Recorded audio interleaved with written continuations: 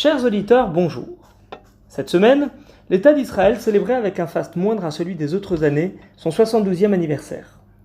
72 ans depuis la déclaration d'indépendance par le premier chef d'État d'Israël, David Ben Gourion, un fameux 14 mai 1948. 72 ans de labeur pour parvenir à créer la 8e puissance mondiale. 72 ans de doute, 72 ans de guerre, mais aussi 72 ans d'espoir, à l'instar du nom de son hymne, la Tikva. Patrimoine et culture du judaïsme est heureux cette semaine de vous rappeler les 7 dates, une par décennie, qui firent l'histoire de l'État hébreu moderne. 1. Conformément aux promesses britanniques prononcées en 1917 lors de la déclaration Balfour, un foyer national juif voit le 14 mai 1948, après le refus des nations arabes du Moyen-Orient, d'accepter le plan de partage proposé par la jeune Organisation des Nations Unies. La partition de l'ancienne Palestine ottomane, devenue britannique en 1920 à l'issue de la défaite des Turcs face à l'Entente, pour en faire 2 États, l'un juif, l'autre arabe, est rejetée en bloc par l'ensemble des nations islamiques. Et alors que la guerre fait rage, David Ben Gourion, connu comme le leader du Yishuv depuis le début des années 30, proclame l'indépendance de l'État d'Israël dans l'enceinte du musée des Beaux-Arts de Tel Aviv, un jour seulement avant le départ des Britanniques. L'État est créé, mais reste alors mal reconnu. D'autant que Ben Gourion proclame le 13 décembre 1949 Jérusalem, capitale d'Israël, en contravention avec le plan de partage qui donnait à cette ville un statut international. Menacé par ses voisins et peu soutenu par l'étranger, le petit pays va devoir alors affronter une dizaine de guerres en quelques décennies seulement.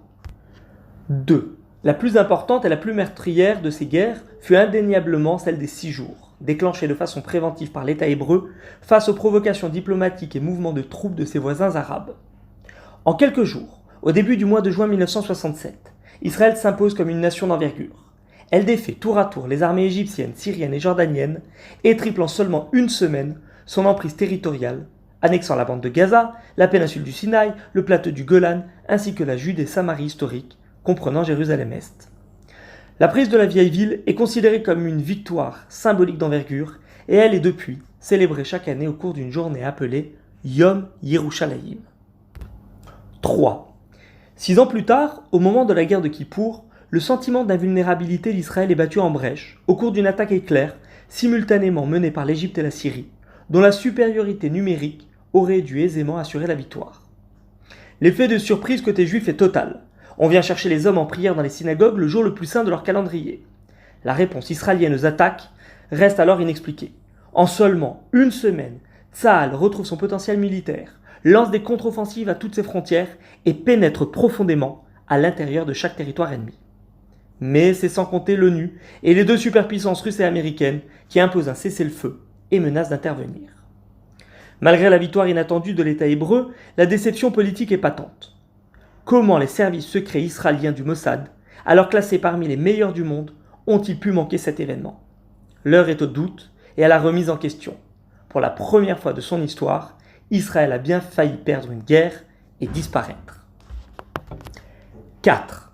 En 1978, la paix de Camp David, signée entre Israël et l'Égypte, entrouvre la voie à des négociations avec des pays arabes et permet d'imaginer une région en paix. La frontière entre les 2 protagonistes est rouverte et les populations sont alors libres de voyager chez l'ancien ennemi. 5. Mais l'enthousiasme est de courte durée. À la même époque, la guerre interconfessionnelle qui se déroule au Liban menace le nord d'Israël. Les réfugiés palestiniens de 1948, installés le long de la frontière, ont créé leur propre entité politique et menacent l'équilibre instable de la Suisse du Moyen-Orient. Outre les opérations commando menées par les fédayines palestiniens en territoire hébreu, Israël est confronté à des actions armées meurtrières à l'étranger. Les représailles de Tsahal au Liban alimentent le sentiment antisioniste et déclenchent une 5e guerre israélo-arabe dans les années 1980. 6. À la fin de la même décennie, la question palestinienne gagne en ampleur dans les médias, grâce au soulèvement des populations musulmanes de Cisjordanie et de la bande de Gaza. Confrontés au désintéressement progressif des chefs de la Ligue arabe pour leur cause, les Arabes d'Israël et des territoires annexés proclament l'intifada, en mettant en scène des enfants et des adolescents pour toucher l'opinion publique. Cette période, qui s'étend jusqu'au début des années 1990, est très préjudiciable pour l'État hébreu, accusé de disproportion dans l'usage de la force dans un combat devenu asymétrique. Les Palestiniens, désormais divisés en plusieurs factions, adopte la guérilla et privilégie les attentats pour semer la terreur en Israël et attirer l'attention sur leur combat. L'État hébreu perd progressivement cette guerre médiatique, soutenue par les gauches du monde entier, qui voient se rejouer dans la question israélo-palestinienne le combat inversé de David et Goliath, ou encore celui du peuple juif face aux armées nazies. Les critiques à l'encontre du sionisme sont de moins en moins masquées dans les presses occidentales et le regain d'antisémitisme devient alors palpable. 7. Dernière étape, la guerre intérieure. Malgré leurs dissidences internes, les Juifs de toutes obédiences, et quel que soit leur degré d'affiliation au judaïsme, ont des décennies durant tenté de minorer leurs contradictions. De même, l'entraide au sein des kibboutz et autres moshas dans les années 50 et 60 a-t-elle permis de taire les distinctions sociales déjà criantes entre des Juifs issus d'une diaspora en provenance des quatre coins du monde. Aujourd'hui, la nation israélienne est confrontée à de nouveaux défis. La conscription des ultra-orthodoxes, jadis dispensée de l'armée par une loi de 1950, la place des femmes, mais aussi celle des minorités non juives, ou encore celle de la minorité juive éthiopienne dans la société israélienne. Le poids croissant des inégalités socio-économiques, et enfin, le statut et l'accompagnement des rescapés de la Shoah. Autant d'enjeux qui pourraient déterminer l'avenir de cette puissance d'envergure mondiale, dont les prouesses dans les domaines des technologies de pointe et de médecine restent toujours incontestées.